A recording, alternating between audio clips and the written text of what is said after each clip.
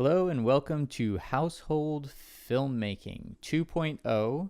This is Household Filmmaking on my new YouTube channel. I am your host Christopher, and today we are doing an interview segment. I want to thank everybody for tuning in, and I especially want to thank my supporters on Patreon.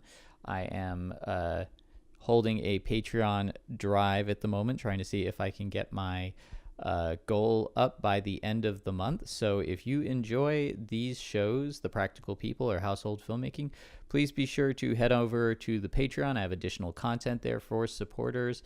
Even if you don't chip in, please spread the word, and let's get this show out there so we can get other artists and aspiring filmmakers information that is helpful for them.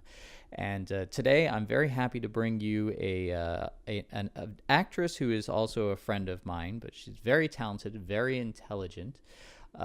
She has been in films such as Harbinger Down and The Paperboy, and she also plays Kathy Kiefer on Murder in the First.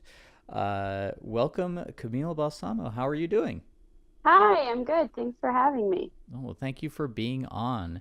So I think, knowing you, I think you're an actress first and foremost, but you're also a producer, correct? I'm a producer and an actor, and at this point, it definitely goes hand in hand. So I would say that I spend most of my time producing, um, and then when I can, I'm acting. But it's definitely been something that has naturally developed because of my desire to create my own opportunities as an actor. Well, I think that's a very important thing to note. I think these days in the modern independent film industry, with the equipment that's available, costs have definitely gone down when it comes to making a film. But with the internet, it is definitely a lot. I won't say easier, because you still have to work really hard and you don't know if it's going to catch on, but you do have the opportunity to make your own opportunities. I know you had your role on Murder in the First. Is that show still on? Is it going to get picked up for another season, or? No, they pulled the plug about a year and a half ago. Oh, I'm sorry. um, yeah, but it was a really great experience. And it was just awesome. It was awesome to work with that whole team, led by Stephen Bochco, who created NYPD Blue and Hill Street Blues, and just recently passed away, actually. It was such a privilege to be able to work with a titan of television. And then, of course, to work alongside Taye Diggs and Kathleen Robertson, who just took me under their wing and taught me so much, and were so great and supportive. It was just a dream come true working on that show, which is, funny because it wasn't necessarily critically acclaimed. We had a solid little following, but most people haven't heard of it. But it was sort of just a great little family that worked really well together, and turned out a show that we were all pretty proud of. But it happens. We had 3 seasons, which was more than a lot of shows. So. Yeah, that is really good. And you got to be part of an ensemble cast. Did you find that acting in a television environment was a lot different than acting in a movie environment? Well, a lot of my film acting experience has been on independent films. So that in itself is different, from working on a bigger budget TV show where everything just works like clockwork, and they have multiple cameras going, and they just have the ability to make things run really smoothly and efficiently. So that was different, but also it's really fun to explore a character over the course of years, and for the character to evolve and change, and then as an actor to bring more to it the more time you spend with it, and all of that. So that's really great, especially if you have a really fun character like Camille Kiefer was. I was the lesbian tech expert in the San Francisco Police Department. So I was smart and sassy and kind of badass. So it was a really fun character, and I could have but happily played it for a really long time. So you find you yeah. get to, you dive into characters that aren't necessarily who you, I mean, obviously every character you play isn't who you are, but do you find that, sometimes those characters that really are in positions that you uh, wouldn't ever necessarily find yourself in, does that almost kind of help you dive into the character more because it's, you get the opportunity to cut loose with something that you just never would do in real life? I never thought about it that way. It was on paper, Camille Kiefer is completely different from Camille Balsamo, but you do like I think what you're saying is you have to find that access point, and for me it was being kind of like the nerd or the brainiac in the room, because that is kind of what I am in most rooms. I'm like I'm a little bit naturally I'm a little bit know-it-all-y, and I get a little nerdy with that. So that's what Camille Kiefer was. So that made sense to me, and that was a good entry point. And then in terms of like like the backstory that I created for this character, honestly, a lot of that was informed by wardrobe, which was fun because it's like you get these words on paper, and a lot of it is like techno babble, and so there's a lot of research that you have to do there, but that's still not like the heart of the character. So when I was able to put the wardrobe on, the costume that the show's creators had selected for this character, that was sort of a moment where I was like, I could see myself from the outside in, and I was like, oh, okay, I think I can figure out who this character is. That's really cool. And you also mentioned the techno babble. Mm-hmm. That's and I've heard interviews, especially when you get cast members to a show like Star Trek, where it's just pseudoscience that they're just blurting out to, fill out an explanation of why they're doing what they're doing. Right. And then you kind of have to take it on faith that it actually, means what the plot says it means. But you also have to fill that out with a living, breathing human being. It's not just reciting technical information. You have to make it convincing that there's a soul behind that. There's a person at work thinking of this stuff. Yeah, that's something that I had tried to cultivate in my self before I was cast as Camille Kiefer, because I thought it's hard, when you're auditioning and you're up against so many people who look just like you. You have to set yourself apart, and I decided at some point that a way I might be able to set myself apart is by humanizing a lot of that exposition, the technical dialogue. So I practiced like legal scenes as a lawyer, scenes as a doctor, the tech stuff, so that I was comfortable handling really technical language, no matter what the field was. And I think I got pretty good at it. And a lot of it is understanding what you're saying. I mean, that's 90% of it.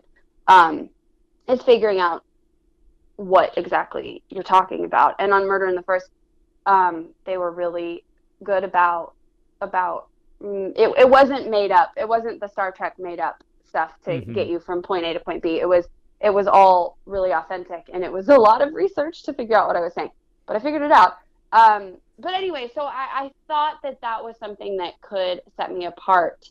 And it did. I mean, I think that's why I ended up getting the role as the tech expert. And you can see it in Harbinger Down. I'm given a lot of the exposition, and hopefully I pull it off. It's challenging. It's not as fun as doing the straight emotional stuff a lot of the time, but at the same time, you're pretty proud of yourself. Like there were times on Murder in the First where I would get through chunks of dialogue and they'd call cut and everybody would just applaud me because I had gotten through this like crazy monologue or whatever it was that nobody understood. But I Well, got you through still it. have to So bring anyway. emotion behind that, though. I mean, you still, the person saying those lines is still, they're in a Right, tense you can't be a robot. situation, or they've had a rough day, or maybe they're sick of their job, or maybe they're frustrated that, the people around them don't understand it like you understand it, or your character understands it. Yeah. So, yeah, I'd imagine there's a lot to think about. Now, also, I wanted to back up a little bit, because obviously you've had some, these are things that a trained actor has to think about. When you originally decided you wanted to be an actor, what was that transition from making the decision, or were you watching performances and finding you understood things about them that made you feel like you could do it, or was it diving in and working with professionals or teachers to really understand how to get a good performance? How does one become an actor? Oh God. I don't know. Ask somebody else and then let me know so that I can no. I think that I've wanted to be an actor since I was really little.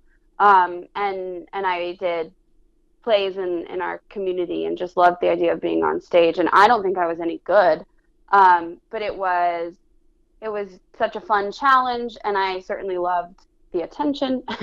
so so I think it was as simple as that at the beginning, that it was exciting and challenging, and it meant I would get attention. I grew up in a big family. It was hard to get attention when you're one of four siblings.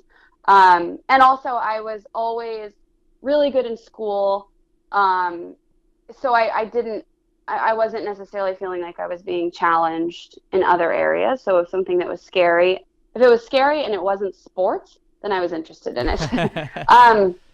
But my parents said, that's great. We'll support. Well, they tried to talk me out of it, and then they said, that's great. We'll support you, but you have to go to college first.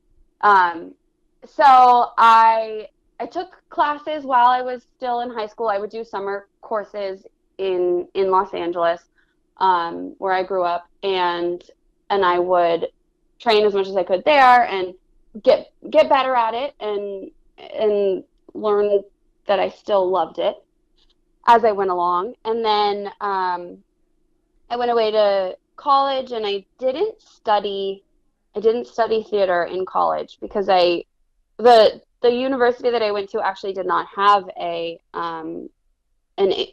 theater major. Columbia University doesn't have a theater major. Barnard, the all women's college that is right across the street from Columbia and is affiliated, does have a theater major. But I took a few classes, and I just felt like it just didn't feel right. It felt very theatery, and it didn't feel like the film acting that I had seen that I wanted to do myself. It didn't feel subtle and understated and personal. It felt more academic and left brain. So I figured, okay, I'll study English literature, which is also storytelling, and I'm extremely passionate about that also. And I will move back home to Los Angeles after graduation, and I'll start taking classes again, and then dedicate myself to it there. And that's what I did. So I never really, I don't remember a moment where I thought, I'm going to be an actor and this is how I'm going to go for it. It was always a given. And then it was a matter of how do I get there, which it still is, it's, every time you finish a job, you're like, was that the last one? I think that was the last one. And then you have to you have to pivot and figure out if there's a new way to get you to your goal. And then probably at the end of my life, I'll be like, and it was all about the journey all along. If only I could have appreciated that. But save that for when I'm an old person. Yeah. Well, I mean, you obviously, you look for the next job, and also, you want to find some success, because obviously, it is better to be focusing on, creating better performances each time than it is splitting your brain between, having to always kind of hunt down that next job. Yeah, it's exhausting. It's exhausting to the hustle, but everybody has to do it. There's no such thing as like an overnight success story. And another thing that I've learned since graduating college and coming back to LA is that I want to be a filmmaker. It's not just about acting to me. It's about the bigger picture. So that's great, because it means that I have so many more outlets than just acting, and it means that I can start from the ground up, and I don't have to wait as an actor. I don't have to wait to get called on or chosen or selected. Which is, I mean, that is so important these days. It really is. You talked about making your own opportunities. If you're not landing auditions, you still have the opportunity to create a story and be in charge of it, and work in a realm that you feel, you know what your strengths are, so you can play to your own strengths as well. Yeah. Yeah. So now you have worked with some very good actors. You worked with Lance Henriksen in Harbinger Down, and then you said you were also in the Paperboy with Matthew McConaughey. Yeah, I was in the Paperboy, Lee Daniels film with Matthew McConaughey, John Cusack, Nicole Kidman, and Zac Efron, and David Oyelowo. But my scenes were only with Nicole Kidman and Zac Efron, and the big scene that I was in got a lot of attention when that movie came out, because Nicole Kidman pees on Zac Efron. He gets stung by a jellyfish swimming in the ocean, and I run up and I say, like, oh, I'm a nurse, we have to pee on him. This is the only way to make the pain go away. I'm gonna pee on you. We're gonna have to do something a little embarrassing here. You gotta hang in there. Hey! Wait, you're gonna Did you say you're gonna piss on him? What are you doing to him? call an ambulance. Lady, look, he's having an allergic reaction. Shut the Don't push me! You're supposed to piss Get the out of here. I can see this. I can see his I'm a poison. nurse, lady. You don't Lady, pee on don't someone push when me. it's- I will slap your face and get the out of here. Get out of here, all right? I'm gonna call I police. said I will kick your ass. Move it. If anyone's gonna piss on him, it's gonna be me. He don't like strangers peeing on him. And then Nicole Kidman comes up and she's like, if anyone's gonna pee on him, it's me. So that was the first movie I was ever in. Trying to pee on Zac Efron and then getting slapped by Nicole Kidman. It was amazing. I wish every day at work could be like that. I mean, yeah, and you had also Lance Henriksen. I mean, do these actors, like, watching them in person? Because I think that there's definitely a difference between seeing something on a screen and actually being in the presence of an actor and the process and all of that. Yeah, I mean, Lance is a world-class actor. He is. I would say he is one of the greatest actors of his generation. I think he started out in Dog Day Afternoon, and with all those other actors that have gone on to win Academy Awards and be so acclaimed, and Lance has certainly carved out his own success. But I think that because of the path that his career has taken, people don't necessarily think of him as serious of an actor as he is. But I mean, just watch him and you'll be able to see and it's the real deal. Like, I learned so much from him working with him on Harbinger Down, and I will always treasure the time that I spent with him. And it was fun circumstances, because he played my grandfather, and you can't help but sort of let your characters inform you, and the relationship between characters inform your relationship between the actors that play them. And of course, sometimes that's not the case at all if we're talking about people playing mega villains or whatever. But in our situation, I I felt that grandfatherly support and energy from him, and it was just amazing. And I just can't say enough good things about how like generous he is to work with. He will stay for other people's coverage. So if the camera's on anybody, it didn't matter who in the cast, it didn't matter if it was an emotional scene or just one of those scenes where you have to get the information out, an expository scene. He would stay until the very end of the day. He could have been home 2 hours before, and he'll make sure that you're acting opposite him. He's off screen doing the scene with you, rather than, a lot of actors might let the AD read their lines or something because they're not in the shot, but not him. He's just, and he brings it every time. He's so selfless, and I think he knows that makes for a better product all around. It makes it makes him look better to have the person that he's acting opposite. Now, did he give working you any off of him, but advice, or was it, because I know he's like a method actor, so was it more like he just, he is? Well, that's what does that mean? Method actor is, you bring yourself into the character to a point where you're kind of living and breathing it while you're on set. Right. And I guess that's kind of what I was describing. I think everybody is that to a certain extent. There are, and some people knowingly and some people unknowingly. I think I'm probably an unknowingly method, like, because you just can't help but let the script and the story and the circumstances affect you, even when the cameras are not rolling. And that is the height of professionalism, to be able to turn it off like a faucet. But I don't know that it's realistic, especially if you're talking about extreme emotional circumstances. But anyway, he wasn't, he certainly didn't insist that we call him captain, or anything like that.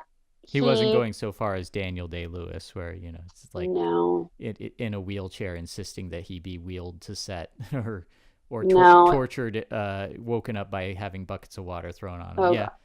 No, that wasn't him. That wasn't Lance. Was but he, did he have acting tips for you, or did he rehearse with you, or? Yeah, so we it was fun. We were filming in a warehouse that we converted to our soundstage, and we were lower budget, so we didn't have trailers for all the actors. We had sort of like a green room, a holding room, and because Lance was the big star, they had set up a room specifically for Lance, with couches and just somewhere like a dressing room for him to be comfortable. And they put his name on it, and then there was another little holding room for all the other actors.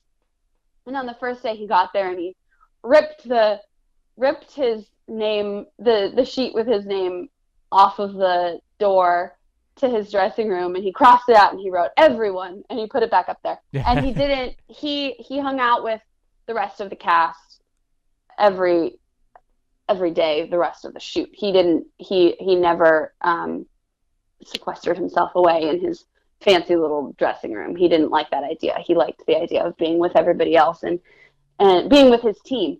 So that was great, because in between scenes, in between setups, we got to just sit and listen to his stories.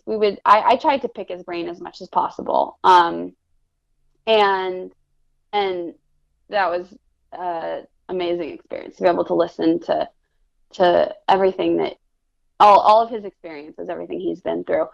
But he did suggest, there was one scene where he tells me that my grandmother has passed away.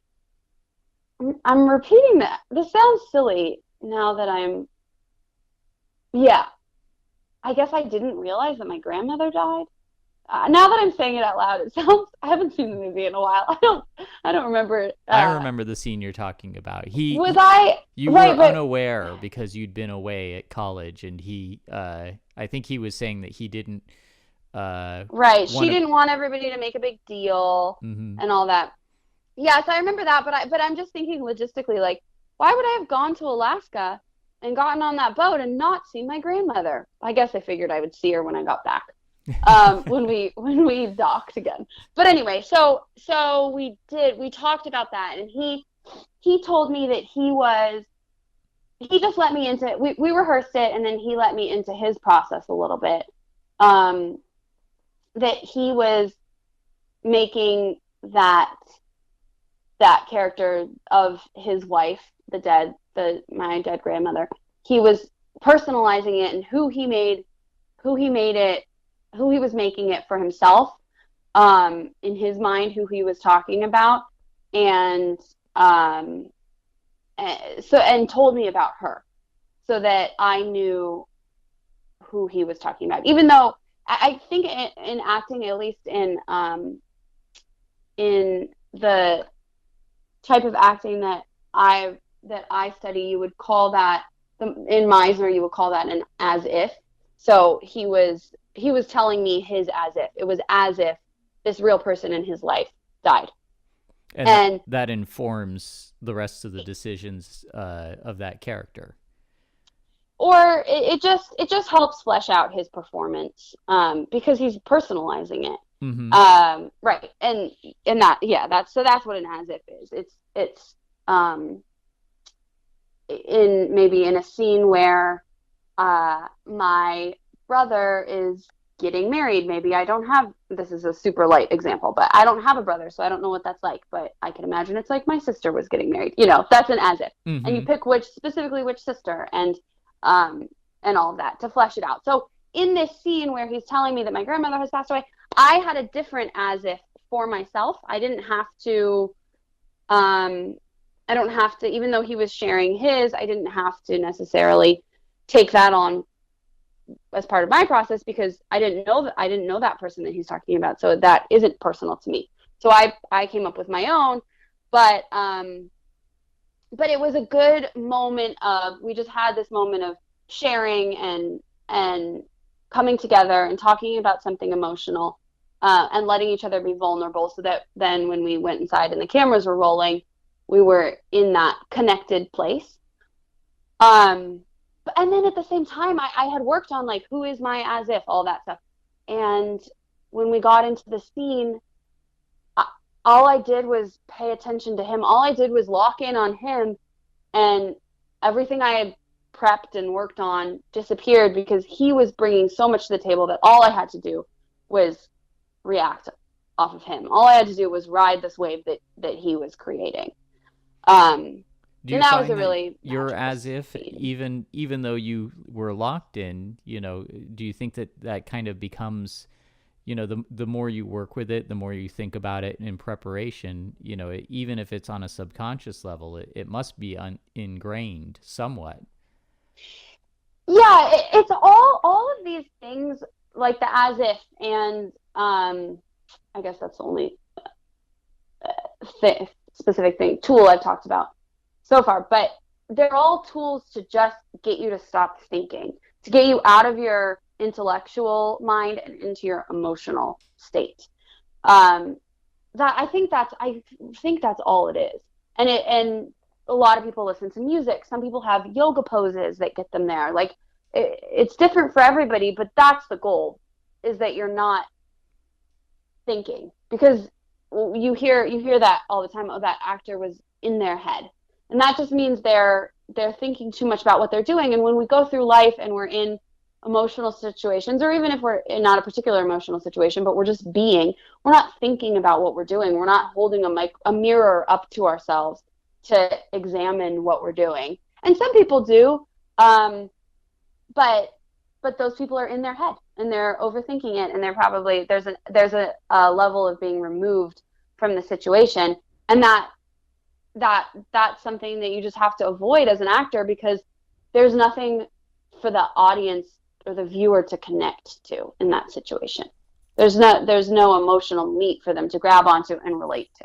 Now, it's interesting, that you talk about that, because one of the things about Harbinger Down, when that was being made, was that it was, a big part of what the production was kind of pitched as, was that there were going to be real creatures in this set, for actors to react to. It wasn't having to, look at a tennis ball on the end of a pole or something like that. And For everyone listening at home, I'll just clarify. We don't mean, when Christopher says real creatures, he doesn't mean actual monsters. He means practically created monsters rather than digital or CGI. I'm sure at least you had one real monster in there. There's, Oh yeah, but I can't name names. Yeah, that's true. We won't talk about that person. But so I hope somebody wasn't listening to that from the set going, they're talking about me. There were more than, don't worry.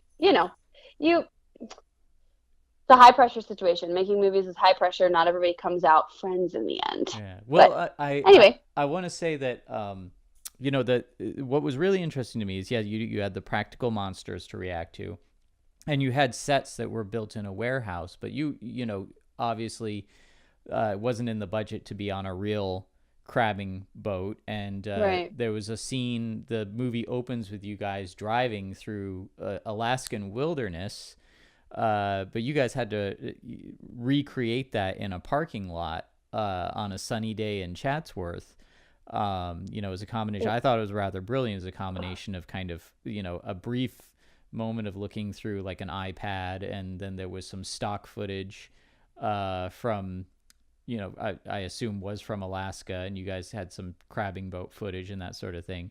Right. But for the most part, you were, sitting in a car in a parking lot, or you were in a little warehouse with different parts of set.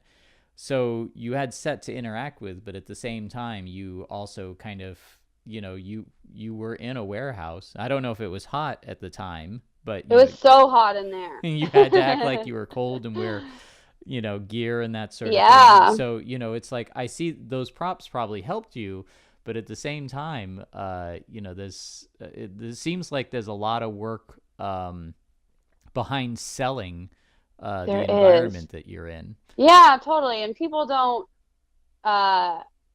think of that so much as being part of like an actor's process or anything like that. But if you're not selling it, it looks really bad. You look really stupid if you're clearly not, if it's supposed to be negative 20 degrees on the deck of the ship and you're not acting cold. So it's just, and the other thing about not being able, I don't know. I blocked that out of my memory, just like on Wellwood, the film we most recently did. I blocked the fact that it was like freezing, 32 degrees in the middle of the night, and it was supposed to be, 65. I blocked that out of my memory also. Yeah, because think Louisiana, it's supposed to be muggy there. So you guys arrive, and I don't know how much you can say about Wellwood, because I know it's still in post-production, but you guys traveled out to Louisiana to have this environment. Well, why don't I let you talk about that? So because I think it's very interesting because this is a movie that you're acting in, but you also produced, right? Right. So Harbinger Down, I do want, there's one funny little thing about Harbinger Down and creating that environment that I wanted to touch on, which we did, like right before we would go on set, especially for the exterior, like the faux exterior sets, we would all stand behind the fake door from the inside of the ship and ready for action to be called and ready to go on stage, basically. And we would all sort of like huddle together and get in that like mindset, pretend we were cold no matter how hot we were, and we would like all just over the top shiver together, so that by the time we got out there we could carry that into the scene.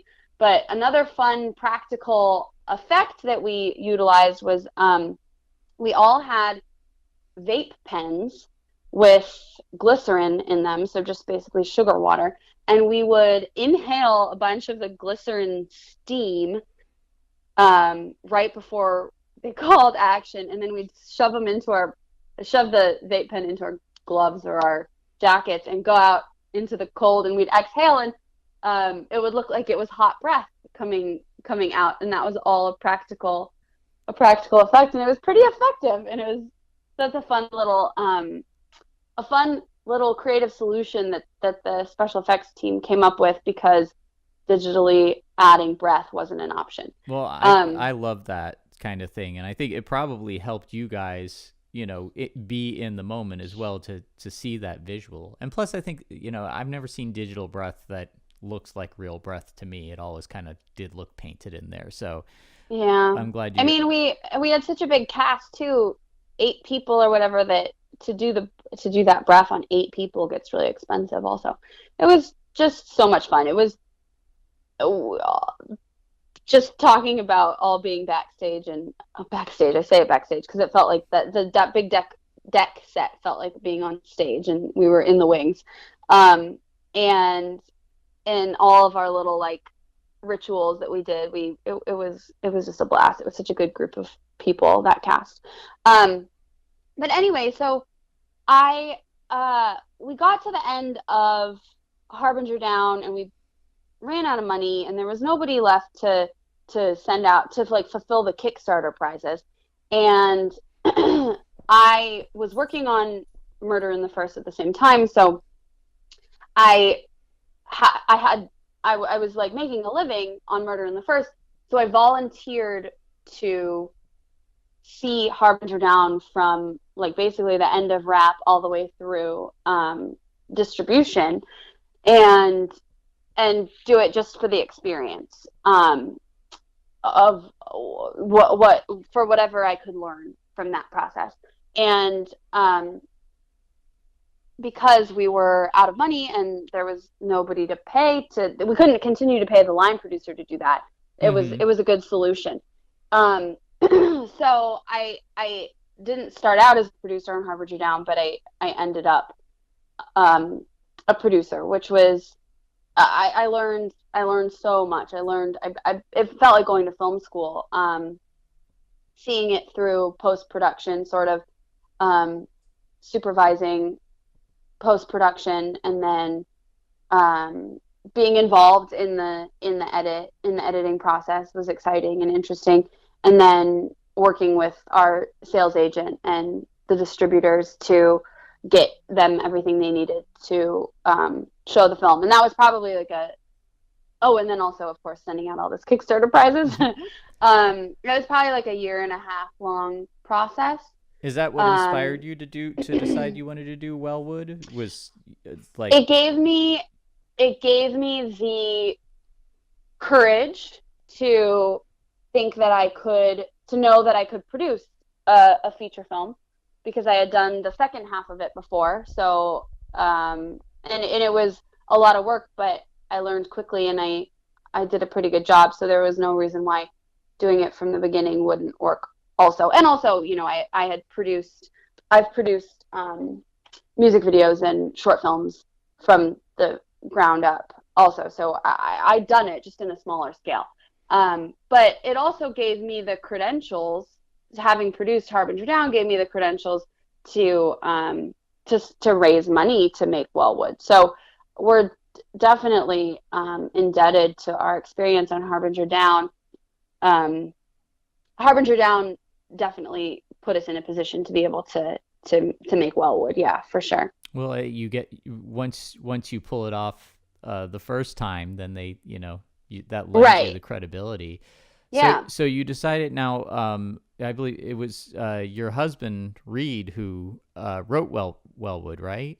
Yeah. So Reed is an actor also, but he's in addition to acting, he's a writer, and he had written Wellwood around the time that we were filming, around the time we were wrapping up Harbinger Down, and he wrote it because we had been talking about how he and I, as relatively unknown actors, like what kind of movie would anyone pay to see us, two unfamiliar faces, in? And the answer is a sci-fi horror movie.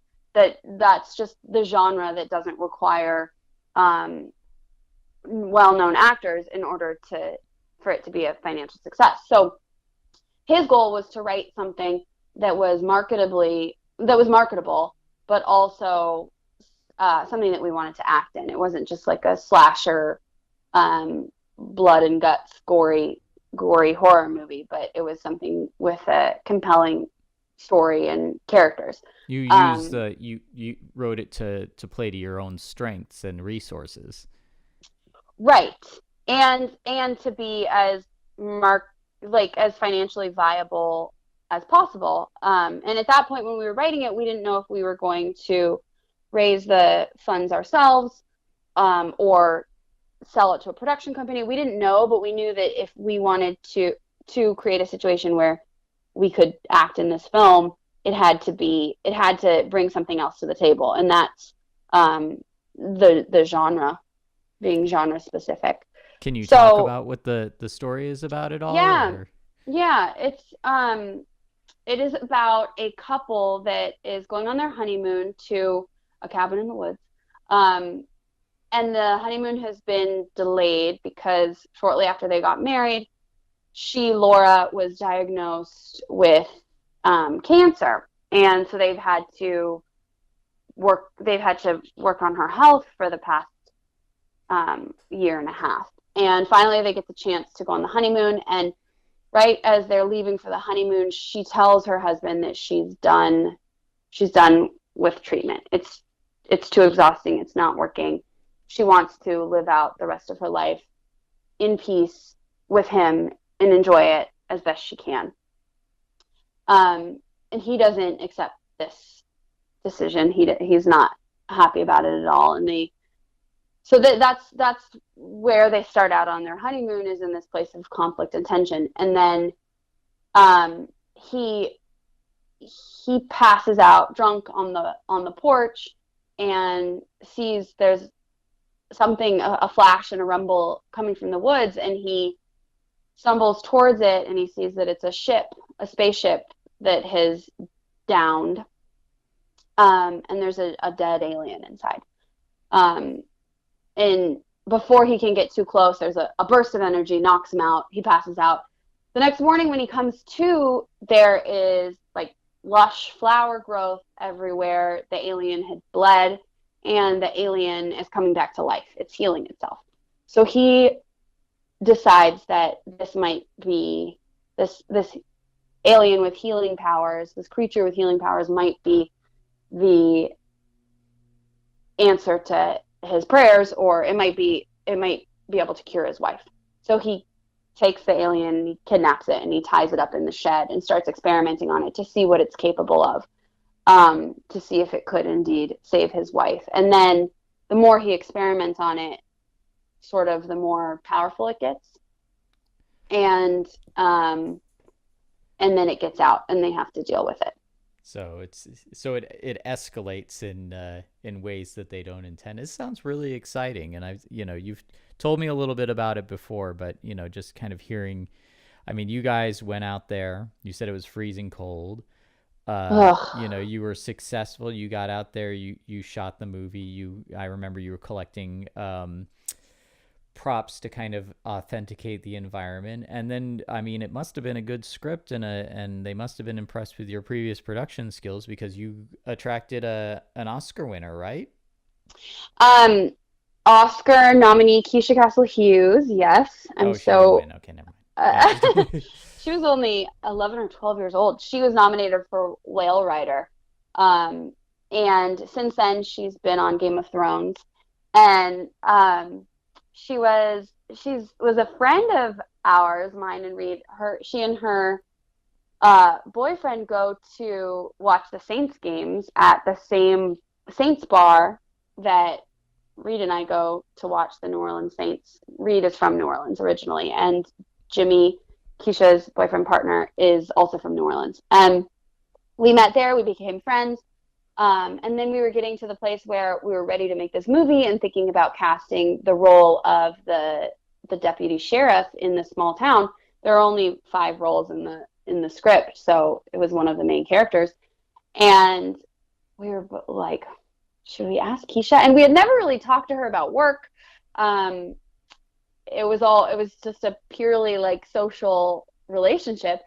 Did she know that you were in film at all? I mean, did she know you? Yeah, she did. Yeah. But yeah, but we never talked about it that much. And and I was so nervous to send it to her. But she read it, and then we met with her, and she had previously, before reading it, she told me that she was interested in producing, that she wanted to learn more about it. She wanted to get experience. So we talked about her being in it, but we also talked about her producing. And from the moment she said yes, she's been just like full throttle, dedicated, and my producing partner on this. And it's been so fun. It's been too fun. We don't get enough done because we just have so much fun together. But it's good to know because, and this is something that I think, people who might listen to this interview, they're aspiring filmmakers. There's really, it's a lot of people who go to film school that I talk to are usually very surprised when they hear about how these small productions get made, because they're told a certain protocol. Yes. And yet, you have, you meet people at bars, you offer them it's not just about the money, it's about offering. Sometimes it's just like, this movie is an opportunity to do something that you've always wanted to try or you've never done before, or just people. There's so many different ways to get your film put together. And going back to Harbinger Down as well, there were a lot of volunteers. There were a lot of people who, would say things like, I don't have money to pledge to the Kickstarter, but, I know how to make really bitchin' sets out of just cardboard, that sort of thing. So, being a low budget producer, people look and go like, this would be an such and such amount of money film. But then, right. People, you pull together resources. There are people who are passionate about what you're doing, and, you manage to get your film made using different avenues. But the end result is usually, just as satisfying. So, well, and maybe even more satisfying, because you don't have to, because when you take the unorthodox route, and you decide to just do it, whatever that means, you just go for it and you just do it yourself. You don't have to answer to anybody else. You can make the movie that you want to make because you don't owe anyone anything. Obviously, you owe your investors a good product, but your investors are investing in you and they trust that you can do that. You don't have a studio head to answer to, or having someone telling you, what, are you kidding? You want to do it that way? You can't do it right, that way. Or like, well, this really needs a chase scene or whatever it is. A car chase. Right. So you get to really be true to yourself. And I haven't produced through the studio system yet. I don't know. Maybe that process I'm sure that process is rewarding and awesome in other ways, but I do know that I certainly love the freedom of doing it all yourself. I'm at risk of like being kind of a hermit, or like a crusty old person that's like, stay off my lawn, I don't need any help, I can do it myself. But I hopefully that's not what I am. But well, I think, but there is some, I do enjoy that. Well, I think, it's good to be able to, you can kind of prove that you know what you're doing as well if you do end up, being hired on to a studio system production. Yeah, because true. There's, I was talking with it's a effects artist, Bill Bryan, who's talking about working with Steve Johnson, and he told me a story about working on Spider-Man 2, where they had so Dr. Octopus lifts another doctor up by his throat with one of his tentacles and shoves him into a ceiling tile. And they said, well, here's what we do. We just turn the camera on its side and put the ceiling tile on its side, and we'll just roll the person into it. And they showed not the director, but they showed the producers the effect, and they went, that looks great.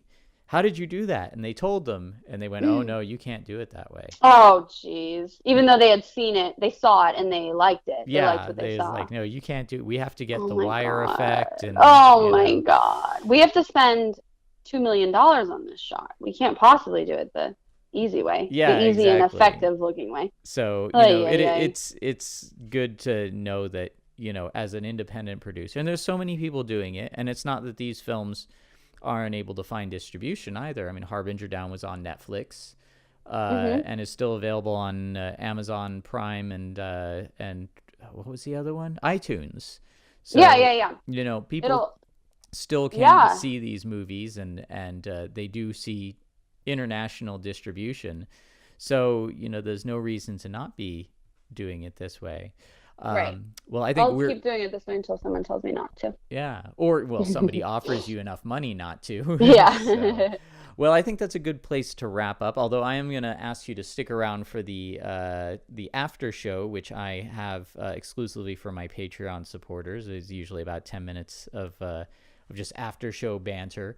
But I want to say thank you very much. It's been, I've talked to you about this stuff before, and it's educational every time. So thank you very much for sharing your experiences. Yeah, of course. Thanks for having me. Okay. Well, to all of my listeners, thank you for tuning in. I will be back with more interviews soon. Don't forget to subscribe to the channel, hit the notification bell, or head over to my Patreon and check stuff out there. We got plenty of cool filmmaking content. So what are you waiting for? Get to work.